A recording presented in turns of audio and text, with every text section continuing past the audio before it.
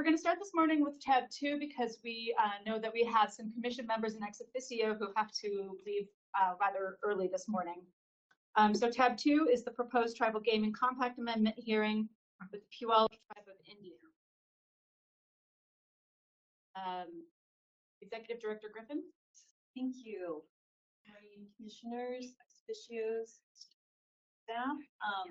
We're going to start with this compact amendment with the Puyallup Tribe of Indians. And so if we can go to the next slide, please. We have 5 commissioners, and we are actively we're supposed to have 5 commissioners. We have 4 on board right now, and we are in search of a 5th commissioner. Commissioner Levy is our chair. Vice Chair Lawson is here as well. And next slide, please. Our ex-officios, Senator Conway, Senator Holy, Representative Plova, Representative Waters, all serve as ex-officios to the commission. And the one action that they participate on with the commission is vote. They participate in the vote to determine whether or not to send compact amendments forward to the governor for their approval or to refer back for further negotiations. And so ex-officios will be voting today along with the commissioners on this action.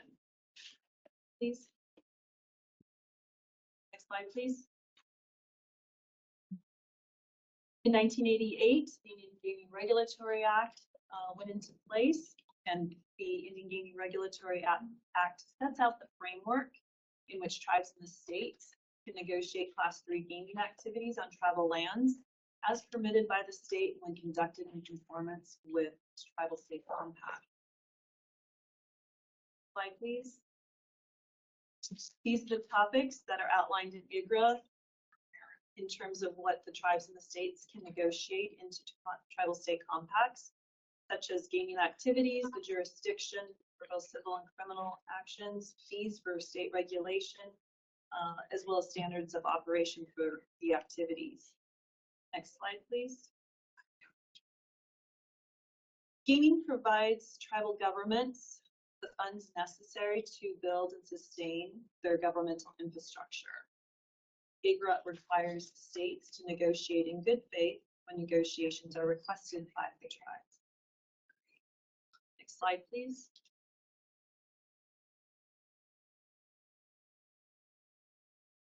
Both the tribe and the state have shared interest in ensuring protections for the public to ensure that there is no criminal activity, ensure that the gaming is fair and honest, as well as minimizing the negative impacts on emergency services from the community.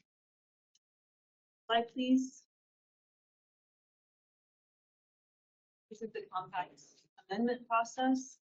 You can see when a request is submitted by a tribe to initiate negotiations, that goes to the governor's office. The governor then makes a decision whether or not to refer that negotiation to the Gambling Commission for negotiations. Once we receive that request from the governor's office and that referral, we begin negotiations within 30 days of that referral.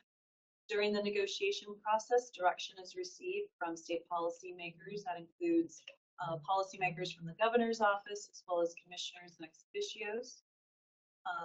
Then once the proposed amendment is reached, notification is given to the legislature, as well as the commissioners and governor's office. There is to be a legislative hearing set out in statute within 30 days during non-legislative session time. And that hearing was held on Monday of this week. There was a joint House and Senate legislative hearing that was already held on this compact amendment. Today, the commission will hold its hearing on this compact, and decision will be made then by the commissioners and ex-officios to determine whether this compact amendment should be forwarded to the governor for review and final execution, or to be referred back for further negotiation. It is If it is forwarded to the governor for review and final execution, then it goes to the Secretary of Interior. That's done by the tribe. And then once the Secretary of Interior has their review period, I believe it's 45 days, then they make a decision, and the amendment then becomes effective once it is published in the Federal Register. So that is that's all I have for you before I turn this over to the Honorable Chairman Starud. I would like to pass along my appreciation and thanks for the well-established and long working relationship and cooperative working relationship that we had with Puyallup during this 2.5 years of negotiations. So very thankful for their good time that we had together in terms of hearing about their requests and understanding them as to how this would benefit the tribe, and that's, I believe, what Chairman Starwood and staff are going to, his tribal members will be sharing with you now how this gaming compact will impact the tribe moving forward, and how gaming has already provided benefit to the tribe and their structure. Chairman Starwood? Now, can you hear me? Yes. Okay. Well, first of all, I'd like to thank you for allowing us to talk to you and speak to you in a good open meeting like this. As you all know, this is a really important moment in the tribe's history, and moving forward, this is part of that key that we need to open up some more doors. So, hello, I'm Bill Starwood, Puyallup Tribal Chairman. I've done it maybe 40 years, something like that. So I've been around the block on this. I've seen tribal gaming develop into a really good thing. With me, our Tribal Council Vice Chairwoman Sylvia Miller, Puyallup Tribal Financial Officer Matt Wadwani, and Emerald Queen Casino and Hotel Chief Executive Officer Yale Rowe. Also with us is our attorney Bree Coyle Jones, and staff attorney Robert Hunter. Thank you for having us here today to share with you about the Puyallup Tribe and what we're up to. Next slide, please. I am one of 7 tribal council members, along with Vice Chairwoman Sylvia Miller. The other council members include Annette Bryan, James Rideout, Anna Bean, Monica Miller, and Fred Dillon. And I'd just like to say I'm really fortunate working with these 7 people. We work well together, and we just kind of keeping the tribe's future looking bright. And this is what part of this meeting is going to take place with. Next slide, please. The Puyallup Tribe has been here since time immemorial. We are Coast Salish people. We have lived off the land, using the rivers and mountains to obtain food and shelter. We are known for our generous and welcoming ways. However, that long history of kindness was abused. We suffered through the loss of our land, food, language, families, homes, and culture due to bad federal, state, and local policies followed by corruption. As a result, our tribe was all but exterminated with only a few hundred tribal members remaining. Next slide, please.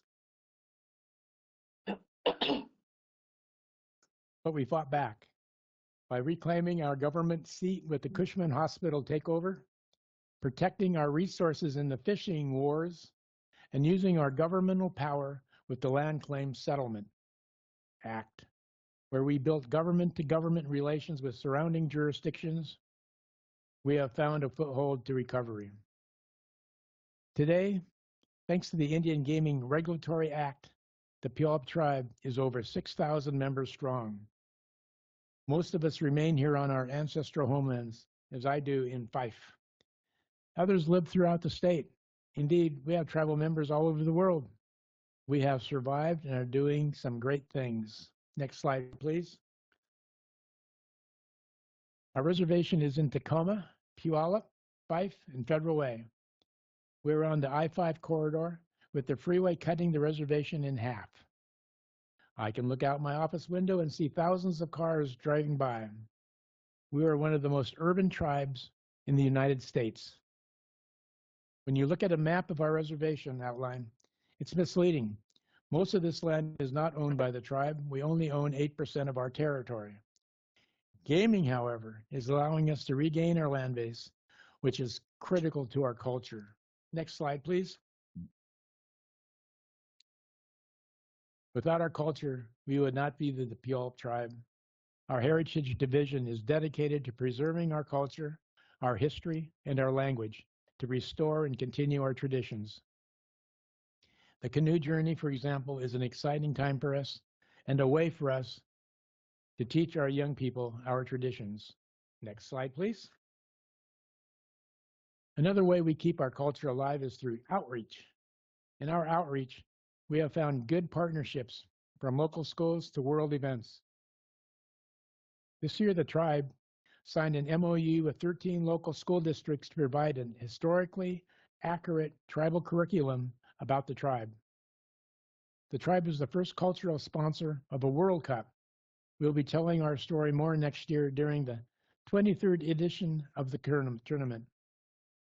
Really cool is that passengers flying over Tacoma, our homeland, on the Kenmore Air Scenic flights listen to a narration recorded by tribal members. We also now have street signs in our native language.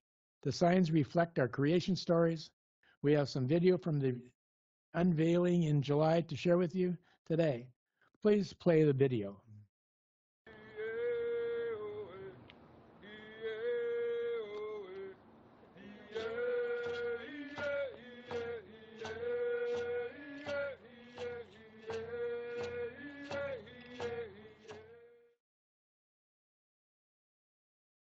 Cool. As you can see, the tribe worked with the city of Tacoma to have these signs feature our Lushootseed language. We have 27 honorary names used for 176 street signs. Our tribal youth helped with the unveiling. Pretty cool. Next slide, please. Transition. Going into 150 years, my tribe faced many pressures from all sides. We found ourselves in an urban setting. The federal government was determined to wipe us out, and we faced local opposition, theft, greed, and discrimination. This started to change with gaming and economic development.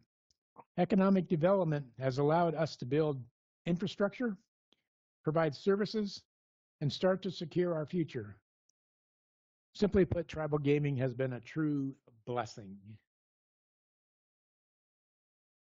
I'd like to turn the mic over to our very capable Vice Chairwoman, Sylvia Miller, to talk about just how important tribal gaming has been for our tribal government, our tribal membership, and the surrounding community. Thank you, Vice Chairman. I would like to start with this beautiful admin building that we're in today, the homelands of the Puyallup people. Many battles have occurred here.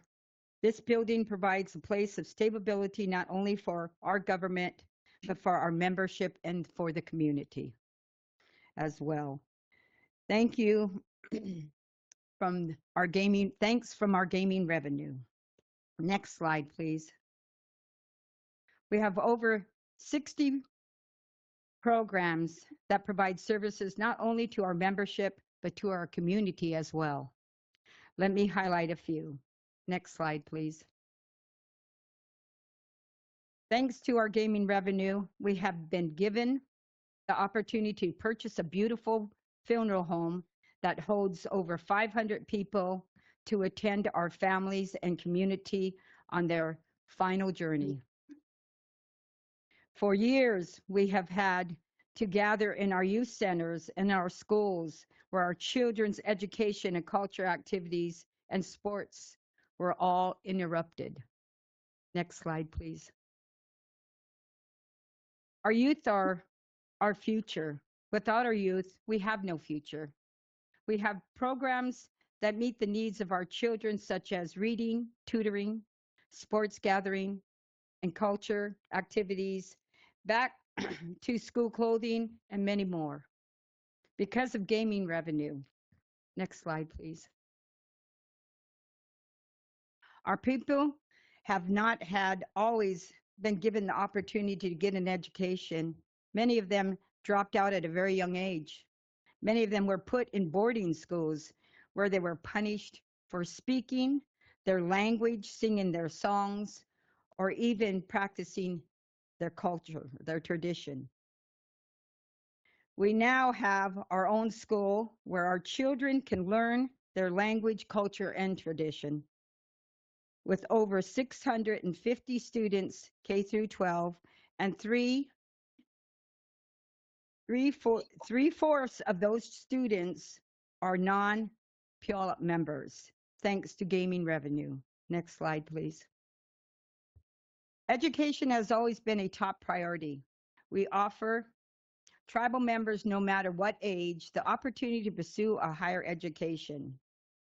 By the end of this year, we will have over 500 tribal members earning their degree through this program. Because of gaming revenue, we assist our membership with books, tuition, fees, living assistance, equipment, and much more. Next slide, please. Our elders are our voice in our ears, saying respect, protect, and honor. We built a beautiful building called the House of Respect to meet these needs of our elders. Housing assistance, medical assistance. We provide meals on a daily schedule. We provide transportation for medical appointments. We protect them with programs such as our Vulnerable Adults program. We honor them once a month at our tribal elders luncheon and much more. Next slide, please. Our people were taken from their homes and their lands.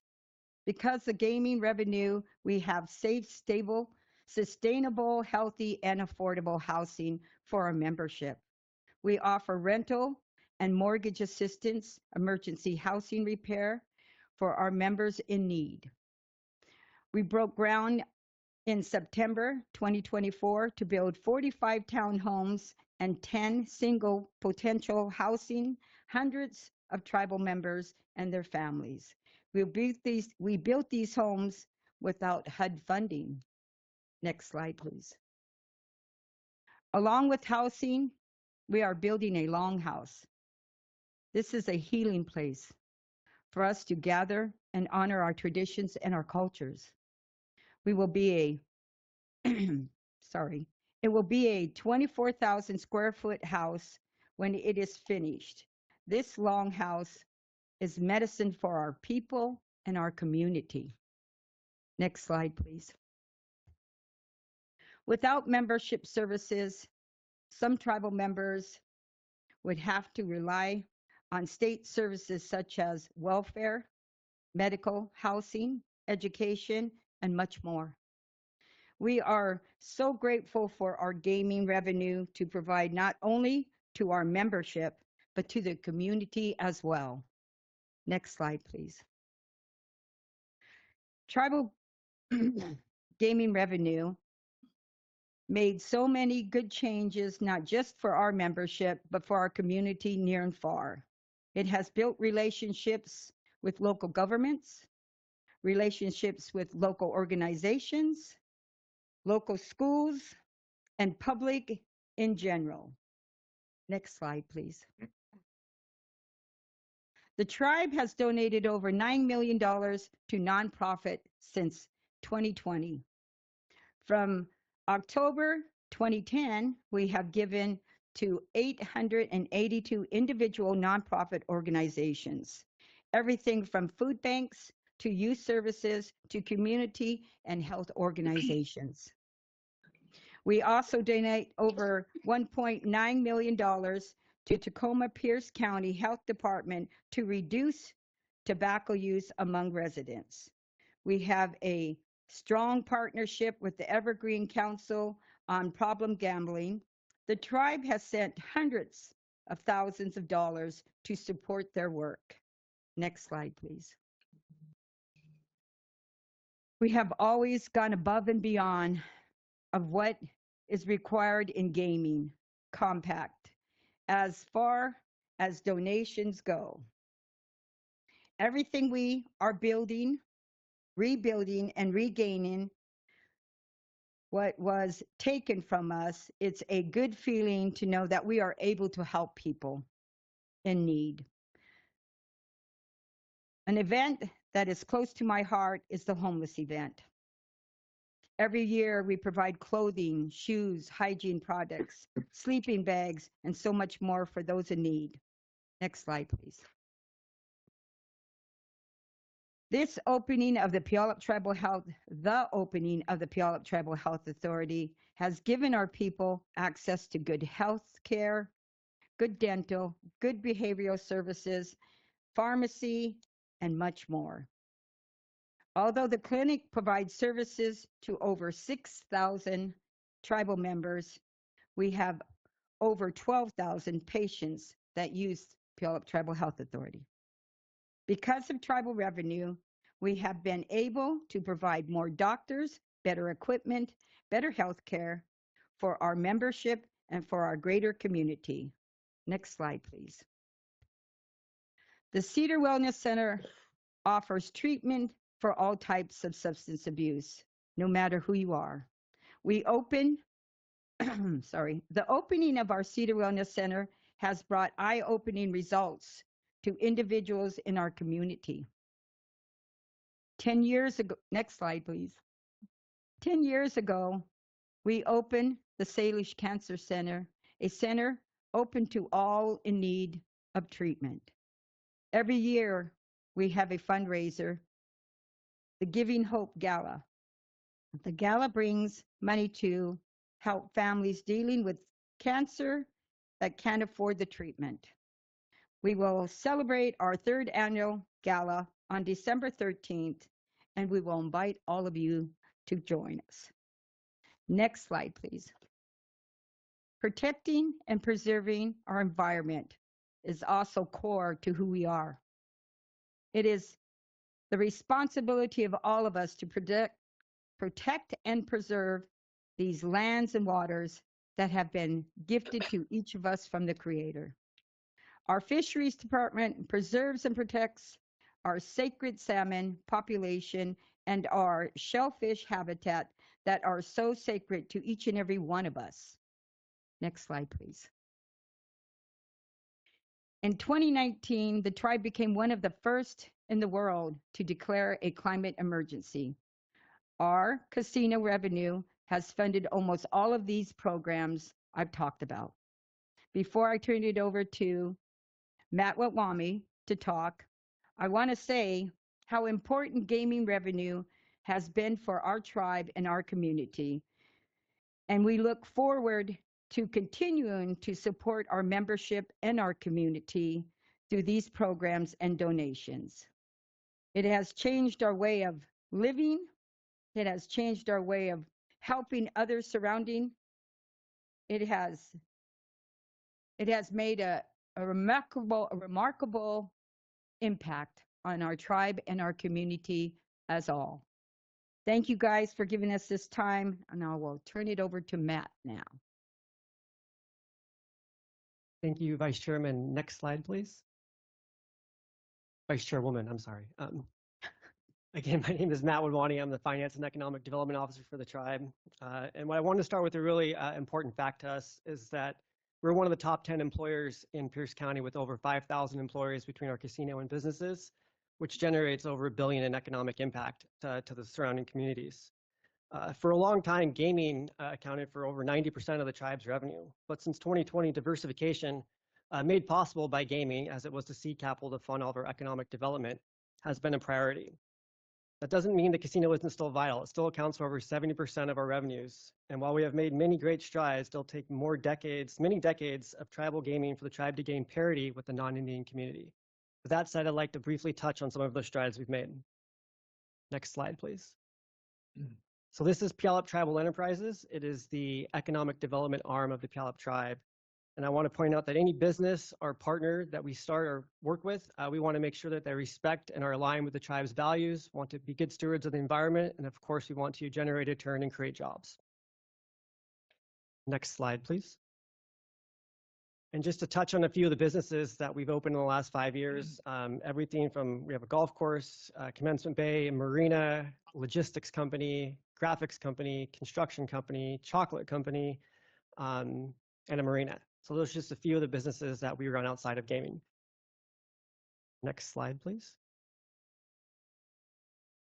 Two of the first businesses that we started were really about marketing and establishing credibility. And the first one was with Kenmore Air, where we opened up a seaplane terminal on Point Ruston in Tacoma. It offers scenic flights and flights to the San Juans, from Ruston to the San Juans in 45 minutes, and BC Victoria. It's been really successful. In our first year, we were at 90% occupancy. Next slide, please. The next one was a restaurant called Woven Seafood and Chop House with renowned chef Roy Yamaguchi. It is a native Asian fusion, and it has been an incredible success as well. And I want to point out that both the Kenmore and Woven businesses were mentioned in an article that named Tacoma one of the best, smallest cities in the country to live in. Next slide. Thank you. I also want to highlight a construction company we started within the last year. This allows us to do much of the work ourselves and keep some of the money in our own local economy. Some of the projects we're working on is housing, both for tribal members and elders, a longhouse, an opioid clinic expansion, school renovations, and also an expansion casino garage. Next slide, please. And then we've also built a 144,000 square foot manufacturing facility in Fife. Right now that houses our logistics transload operations and our graphics company. This is a benefit for the whole region. Next slide, please.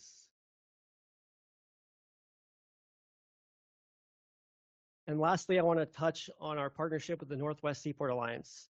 In March, we announced our partnership with the Northwest Seaport Alliance to build a Puyallup Tribal Terminal next to the East Blair 1 on the Blair Waterway. The Seaport Alliance is already one of the largest port operations in the country, and our new terminal will add to America's shipping capacity and, more importantly, create jobs. I also want to mention that we learned that it just received the 2020 Vision Award from the Puget Sound Regional Council. Lastly, who we are as a people translate into how we do business. This includes how we treat our players, patrons, and customers at the Emerald Queen Casino.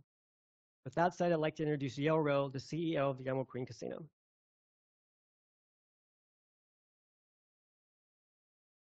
Thank you, Matt, and thank you to everyone here today for having us. My name is Yale Rowe. I am the Chief Executive Officer for Emerald Queen Casinos. It's been a very interesting time to join EQC.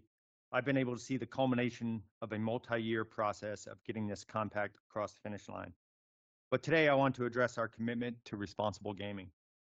Having worked in multiple jurisdictions over the last 30+ years, I have learned the importance of responsible gaming as a cornerstone of long-term success in the gaming industry. Next slide, please.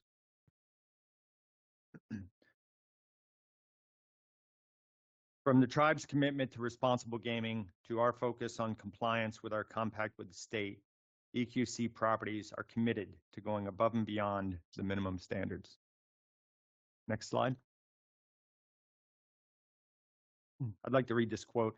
As an EQC team member, it is our shared responsibility and obligation to help those who are unable to gamble responsibly.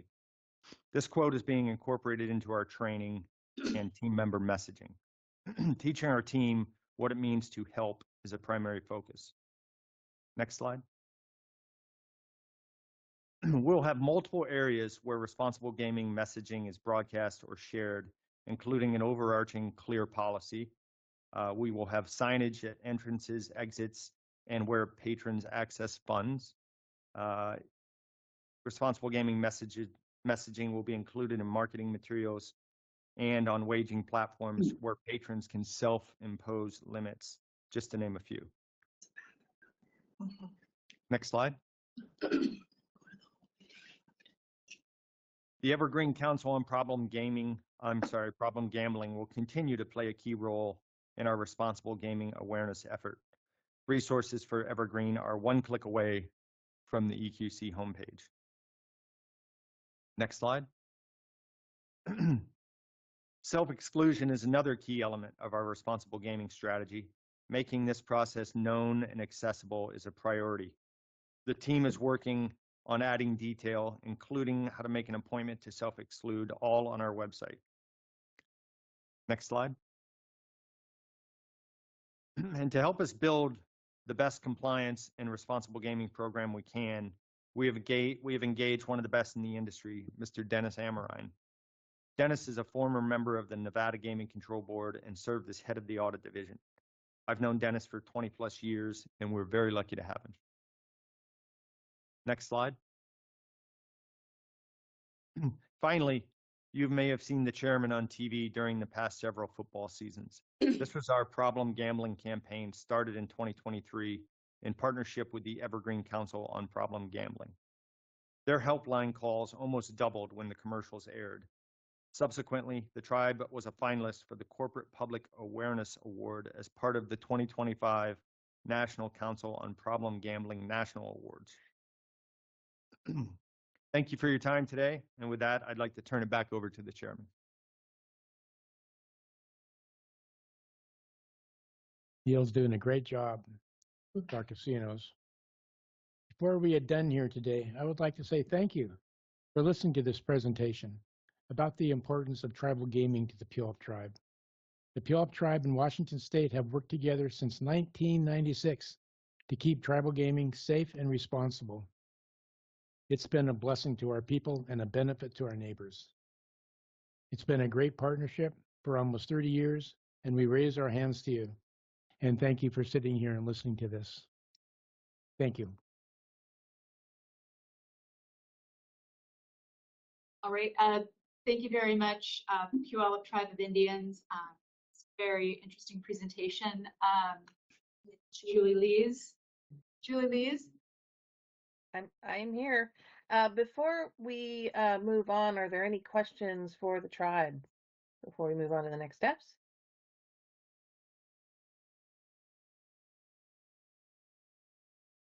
Hearing none from the commission or the ex-officios. Continue. All right.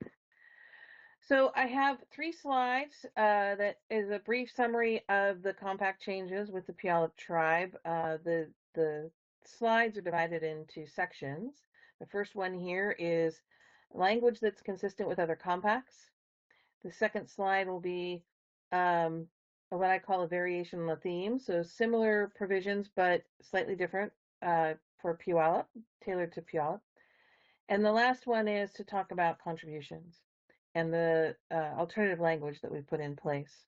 A lot of which Yale has already covered very well. All right, so the Commission and Ex-Officios, you would have seen a lot of these provisions already. So we're adding a framework for electronic table games. We have 11 tribes that have this ETG appendix. And 7 of those tribes actually operate ETGs. One thing I failed to mention is this is a complete restatement of the Puyallup Tribe's compact.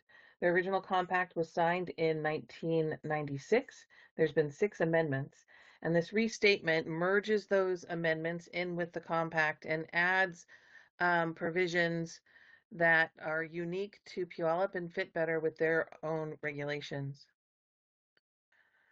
So moving on to the second bullet, authorizes extension of credit. This again is a provision you've seen before. We have, as a matter of fact, Lummi Nation came forward last month with this as part of their package. So we have 13 tribes, 14 if when Lummi is published in the Federal Register, that already have this provision in their compact. We have very limited implementation of it. There is a lot of criteria that's in place for protections of the customers and PII. And so we don't see a lot of implementation of this provision. The next one removes the per facility limits. We have 12 tribes with this provision. Lummi Nation will be the 13th when it's published. What this does is there used to be a specific number of tables and player terminals for tribal lottery system in each facility. It was very specific. That has been removed, and the tribe and their operation will determine the best mix of where those tables and terminals belong. And then the last thing on this, similar or consistent with other compacts, is the $30 wagers on tribal lottery system terminals. This again has been, many tribes already have this in their facility. And this is a wager limit that's consistent with what the Lottery Commission offers on their scratch tickets. Any questions? I count to 4, and if I don't hear any, I'll move on. All right, so this next slide is what I'll call the variation on the theme. So in past amendments, we've had $1,000 wagers. There was a limitation on 25% of the tables in operation could offer that $1,000 limit. In Puyallup's restated compact, this is changed so that the tribe will determine how many of those tables will be offered, and then adjust accordingly. The one consistent thing from past compact language and this language is the $5,000 wagers allowed for specific pre-screened customers. That has not changed for Puyallup. We have one other tribe that was allowed to add 1,000 player terminals to their total operating ceiling. In that tribe's case, the number of terminals that were increased, that 1,000, were terminals that needed to be acquired through leases from other tribes. In Puyallup's case, those 1,000 terminals will be the tribe's own allocation, and it will be done in a stepped-up approach where they will operate at their table maximum, which the tribe has for many years, of 4,000 player terminals. And once that's happened for 2 years, there's 500 player terminals that get added to both their operating ceiling and their allocation. And then they operate at that new higher operating ceiling of 4,500 for 6 months, and the additional 500 terminals will be added. The tribe is the one that decides if they want to go through that process and add those terminals. We have a brand new appendix in Puyallup's proposed restated compact. This the information that's in the appendix but it is it used to reside in the compact and in the sports wagering appendix. So now what we have is what we call a licensing appendix. It has all things that are related to tribal licensing and state background provisions in one place. So those folks that work with that on a day-to-day basis, they don't have to go through multiple documents to try and find it. It's all going to be in one place. The other thing that was added for Puyallup was the state eligibility and registration processes. Currently, they are operating under certification, and the tribe would choose when to move to those different processes. And then lastly, a brand new, again, not new language, but in a different format, we have a definition appendix, which we've never had before. As we were going through this restatement with Puyallup, we found some definitions that were in conflict. So we said, well, let's put it all in one place, and then you'll have one document, the appendix for definitions, that you can use with the rest of the compact and appendices in this restatement. And then lastly, what I have is this is the first restated compact where contributions amounts were removed, but as we heard from the tribe, they have a strong commitment to the community and to nonprofits to continue to help support those. And here are just a few of the provisions language-wise in their restatement that replaced the specific contribution requirements. So non-smoking room, if smoking is allowed, both the tribe and the state, you know, feel that's important for air quality of the patrons that are there. There's enhanced problem gambling provisions on training, self-exclusion, signage, and posting. I think Yale did a really good job of giving you a very detailed list of the tribe's plans or what they already are doing. There's this commitment to the community itself. So the tribe already does this, but it was just to reaffirm that their facility is accessible for emergency services. And then just like I said, this overall affirming of the tribe's commitment to support local emergency services, government, and nonprofit organizations. That is what I have for the compact changes. Are there any questions?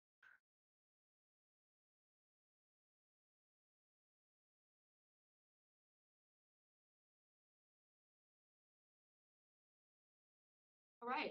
Well, it seems that there are no questions from the commissioners or from the ex-officios. The commissioners will now open the public hearing and take public comment on the rules by those who have signed up in advance of the meeting. Please limit your comments to 2 minutes. I will ask commissioners to hold your questions and comments until after we've received all public comments on this rule. Public comment is a time for the commissioners to hear from the public. All comments should be addressed to the commissioners and not staff. And we had one individual who had signed up in advance, Ms. Natalie Keister. Thank you, Vice Chair. My name is Natalie Keister, and I'm a lifelong resident of Washington. I wanted to express my gratitude to the Puyallup Tribe Nation for its ongoing partnership with the Rainbow Center. As a member of the 2S LGBTQIA+ community, I have found not only a safe space, but also a strong sense of community with the Rainbow Center over my many years.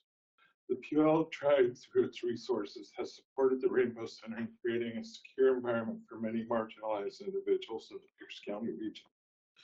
I believe we can learn a great deal from our partners in the Puyallup Tribe about how to provide safe community spaces for our families throughout Washington. I see this compact as another step forward in supporting Puyallup Tribe and continuing to provide essential resources that the tribe offers communities across Washington State. Thank you, Chair, Vice Chair, Commissioners, and WSGC staff for the opportunity to speak today.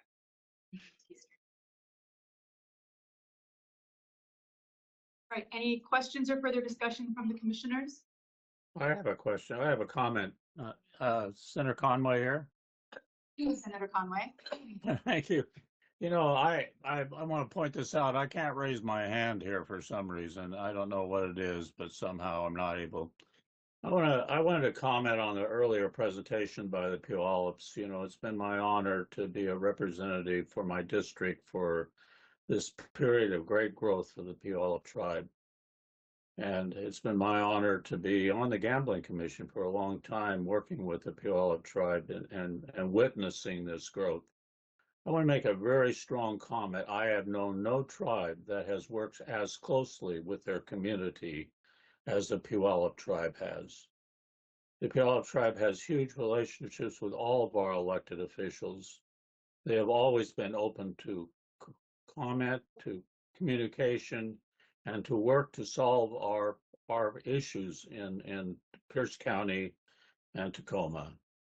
And it's been a pride of my own to be part of this process, and I certainly support this this compact today. So thank you, Chair Sterrett and Vice Chair Sylvia, for all your work and all the progress you've made in terms of building this tribal presence in Pierce County. Thank you. Thank you, Senator Conway. Any other questions or discussions from the other commissioners? All right, seeing none, we will now close the public hearing and take motions. So moved. We have to have a motion first, Senator Conway.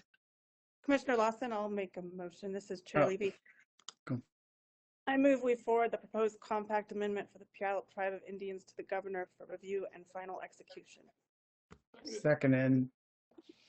Seconded by Commissioner Ibsen. I heard you, Commissioner Charles.